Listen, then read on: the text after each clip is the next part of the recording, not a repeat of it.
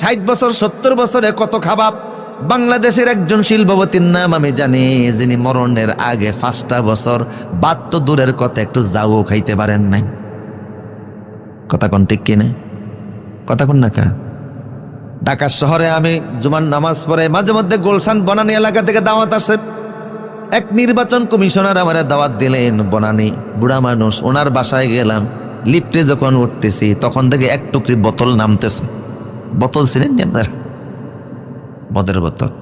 তা আমি বুঝাও না বুঝার বান করে এগুলি কিসের বোতল? হুজুর এই দুনিয়ায় আসেন নিয়ম নেই, এগুলি মদের বোতল। আমি বললাম মাসে নামে কয় টুকরি? এগুলি বলেন কি সপ্তাহে 1 টুকরি নামে? টাকা দিয়েছে তে মদ খাচ্ছে, টাকা নষ্ট করতেছে।